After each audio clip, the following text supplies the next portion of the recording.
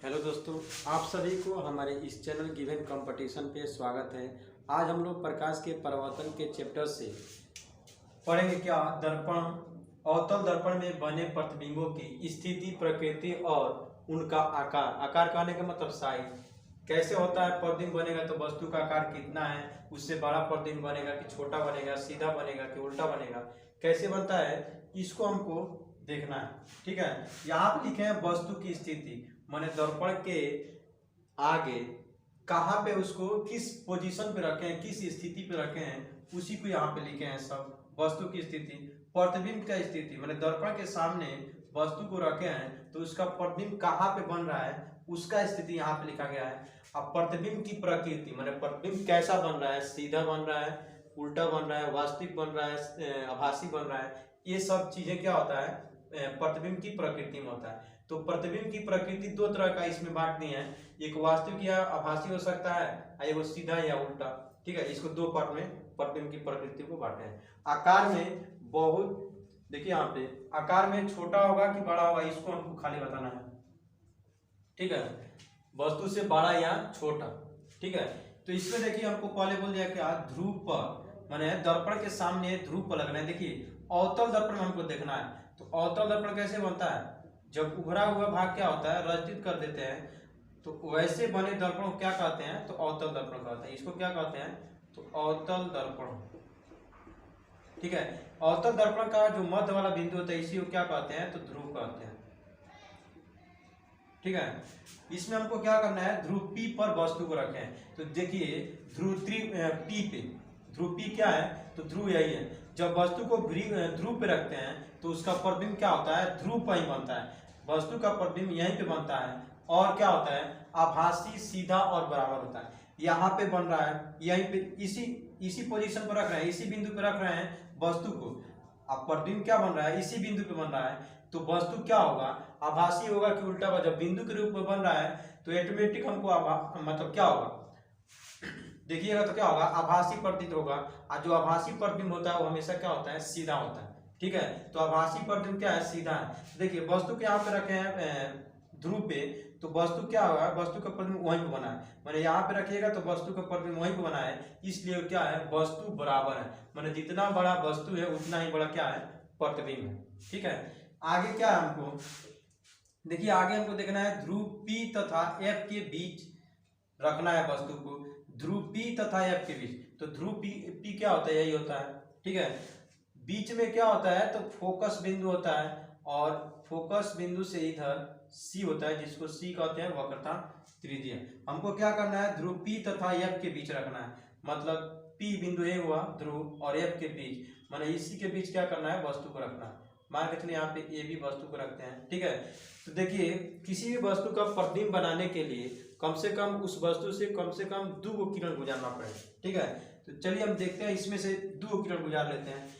इसमें से देखिए यहाँ से अगर समानांतर किरण मुख्य अक्ष के क्या होता है, तो यही होता है मुख्य अक्ष। मुख्य अक्ष के समानांतर जाती प्रकाश की किरणें दर्पण से परावर्तन के बाद से क्या होता है, फोकस से होकर गुजरता है। तो फोकस से होकर गुजरेगा तो क्या होगा, यहां से होकर जाएगा। ठीक है, फोकस से होकर जाएगा तो यहां से होकर गुजरेगा। ठीक है, अब दूसरा देखिएगा तो दूसरा किरण आप क्या कर सकते हैं, कहां से ले सकते हैं, तो जैसे अब यहां से देखिए ध्रुव पे डाल देते हैं, यहां से प्रकाश की किरण अगर ध्रुव पे डालिएगा तो क्या होगा, इतना यहाँ पे अगर आई कोण बनाता है तो परावर्तन के नियम से क्या होता है, जितना आई कोण बनेगा उतना आर बनाकर क्या होगा, परिवर्तित हो जाएगा दर्पण से। तो यहाँ पे क्या होगा, ऐसे परिवर्तित हो जाएगा यहाँ पे आर कोण बनाकर। ठीक है, तो देखिएगा तो क्या होगा, ये आगे बढ़ाने पर दोनों किरणें क्या होगा, नहीं मिलेगा, लेकिन पीछे बढ़ाइएगा तो क्या होगा, ये दोनों बिंदु मिलता है। पीछे बढ़ाने पे क्या होता है, ये दोनों किरणें एक बिंदु पे मिलती हैं। ठीक है, तो अब यहाँ पे क्या होता है, जहां पे प्रतिच्छेद करेगा ये दोनों किरणें, वहां पे वस्तु का प्रतिबिंब बनता है। मतलब यहाँ पे ये भी वस्तु है, उसका प्रतिबिंब क्या हो जाएगा, A डैश B डैश, यहाँ पे वस्तु का प्रतिबिंब बना। तो देखिएगा तो क्या है, वस्तु छोटा है और दिख रहा है क्या, प्रतिबिंब में बड़ा दिख रहा है। तो यहाँ पे क्या है, ध्रुव P तथा F के बीच रखेंगे, ध्रुव P तथा F के बीच जब वस्तु को रखते हैं तो उसका प्रतिबिंब यहाँ पे देखिएगा तो कैसा बन रहा है, देखिए दर्पण के सामने रखे हैं तो दर्पण के सामने रखे हैं ध्रुव P तथा F के बीच, तो उसका प्रतिबिंब कैसा बन रहा है? आप लोग देखिए, ये जो किरणें हैं आगे आगे वास्तविक में नहीं मिल रहा है, ठीक है, वास्तव में प्रतिच्छेद करता है तब वास्तविक प्रतिबिंब बनता है, लेकिन इसको डॉटेड लाइन से पीछे बढ़ाए हैं तब जाकर उस बिंदु पे प्रतिच्छेद कर रहा है, तब इस यहाँ पे क्या हो रहा है? वस्तु का प्रतिबिंब बन रहा है, तब इसको कहते हैं क्या? आभासी प्रतिबिंब, ठीक है। तो यहाँ पे जो प्रतिबिंब बनेगा वो कैसा बनेगा? तो आभासी बनेगा, ठीक है। देखिए इस दर्पण के सामने देखिएगा तो वस्तु क्या है? वस्तु क्या है? इस मुख्य अक्ष के ऊपर है, यहाँ पे देखिएगा प्रतिबिंब तो क्या है? यह भी मुख्य अक्ष क्या है? ऊपर है। इसका मतलब क्या है? आभासी है और क्या है? वस्तु का प्रतिबिंब सीधा बन रहा है, ठीक है, मतलब ऊपर है वस्तु तो उसका प्रतिबिंब क्या हो रहा है? मुख्य अक्ष के ऊपर ही बन रहा है। अब देखिएगा तो क्या होगा? वस्तु इतना बड़ा है और प्रतिबिंब क्या हो गया है? इतना बड़ा हो गया, मतलब क्या हुआ है कि जो वस्तु है उससे बड़ा प्रतिबिंब बनेगा। किस कंडीशन में? तो ध्रुव P तथा F के बीच रखेंगे वस्तु को तब, ठीक है। अगला जो कंडीशन है वो क्या है? F पर। जब क्या करेंगे? वस्तु को हम क्या करेंगे? F पे रखेंगे, ठीक है। जब वस्तु को F पर रखेंगे तो क्या होगा?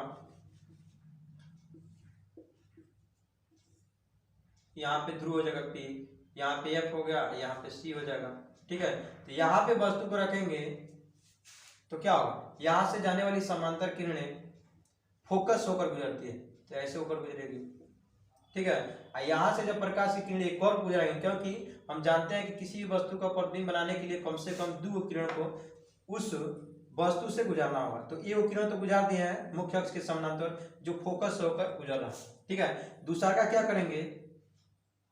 यहां से गुजारेंगे ध्रुव से, ठीक है। तो ध्रुव से आई कोण बना रहा है, तो आर कोण से क्या होगा? परिवर्तित होकर के ऐसे निकल जाएगा, आर कोण बना करके, ठीक है। तो यहाँ पे देखिएगा तो क्या होगा? ये दोनों किरणें एक दूसरे के समानांतर हो जाएंगे, कहीं पे प्रतिच्छेद नहीं करेंगे, ठीक है। तो देखिएगा तो क्या होगा? इसका प्रतिच्छेद कहीं नहीं होगा ये दोनों किरणों का, इसलिए जो प्रतिबिंब बनता है वो कहाँ पे बनेगा? तो अनंत पे बनेगा, ठीक है।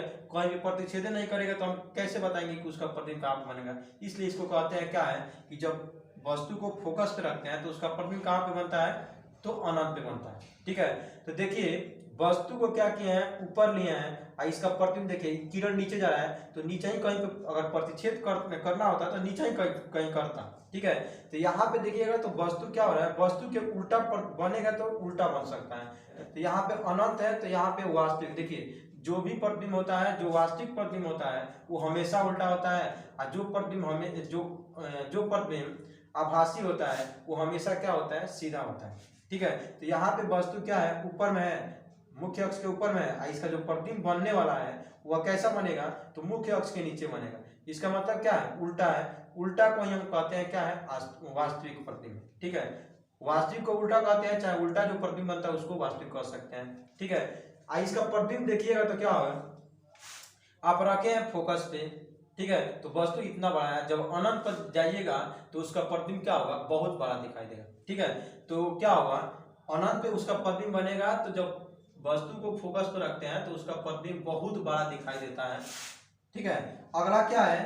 F माने फोकस तथा C के बीच, मतलब यहाँ पे फोकस है और यहाँ पे C है, तो फोकस और C के बीच रखेंगे तो क्या बनेगा? देखिए यहाँ पे P हो जाएगा, यहाँ पे F हो जाएगा, यहाँ पे C हो जाएगा, इसके बीच वस्तु को रखेंगे तो क्या करेंगे? ये वो किरण यहाँ से गुजरेंगे, फोकस होकर गुजरेगा, समानांतर किरण जाएगा मुख्य अक्ष के, तो परावर्तन के बाद से दर्पण से परिवर्तन के बाद से क्या होता है? मुख्य अक्ष के फोकस बिंदु से होकर गुजरता है। एक दूसरा का किरण क्या करेंगे? यहाँ से गुजारेंगे ध्रुव से, ठीक है। ध्रुव से गुजारेंगे तो आई कोण यहाँ बन रहा है, आर कोण सेम इतना ही कोण आर कोण बनता है। अब बनाने के बाद से क्या होता है? ये इस दर्पण से परिवर्तित होता है, ठीक है, ऐसे होगा। अब ये दोनों किरणें क्या होगा? कहीं प्रतिच्छेद करेगा, इसको मिलाइएगा तो क्या होगा? ये आगे आकर ऐसे प्रतिच्छेद करेगा, ठीक है। तो इसको आगे देखिए, यही क्या है? प्रतिबिंब जो बना है वही है। यहाँ पे ए बी क्या है? वस्तु है, इसका प्रतिबिंब बन रहा है ए डैश बी डैश, ठीक है। तो देखिए वस्तु मुख्य अक्ष के ऊपर है, प्रतिबिंब कैसा है? मुख्य अक्ष के नीचे है। इसका मतलब क्या है? वस्तु का प्रतिबिंब जो बन रहा है वो उल्टा बन रहा है। तो वस्तु का प्रतिबिंब कैसे बनेगा?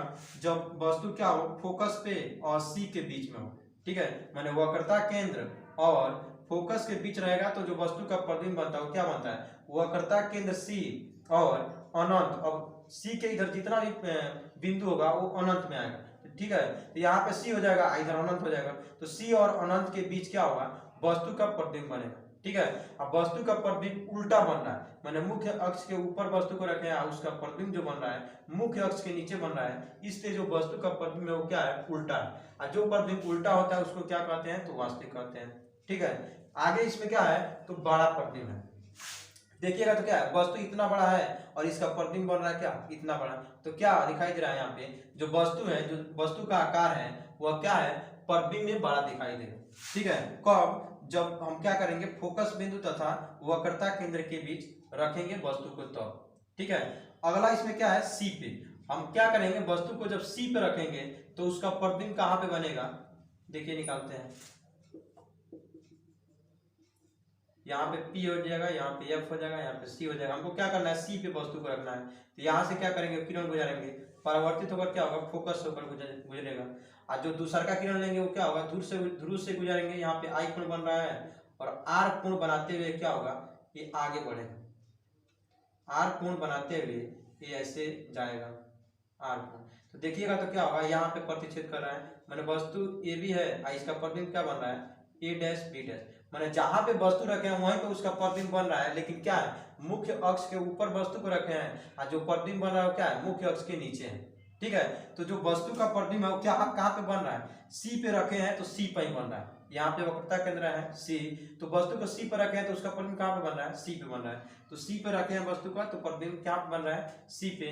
अब वस्तु कैसा है, तो देखिए मुख्य अक्ष के ऊपर रखे हैं वस्तु का, जो वस्तु को, जो प्रतिबिंब बना है वो कहाँ पे बना है, मुख्य अक्ष के नीचे बना है। इसका मतलब क्या है, वस्तु का जो प्रतिबिंब है वह उल्टा बना है। तो जो उल्टा प्रतिबिंब होता है वो क्या होता है, वास्तविक होता है, ठीक है। अब देखिए वस्तु का हाइट और प्रतिबिंब का हाइट देखिएगा तो दोनों क्या है, एक ही बिंदु पे है, तो उन दोनों का हाइट क्या होगा, वस्तु का ऊंचाई और प्रतिबिंब का ऊंचाई बराबर होगा, ठीक है। इसलिए यहाँ पे क्या होगा, बराबर हो जाएगा साइज में।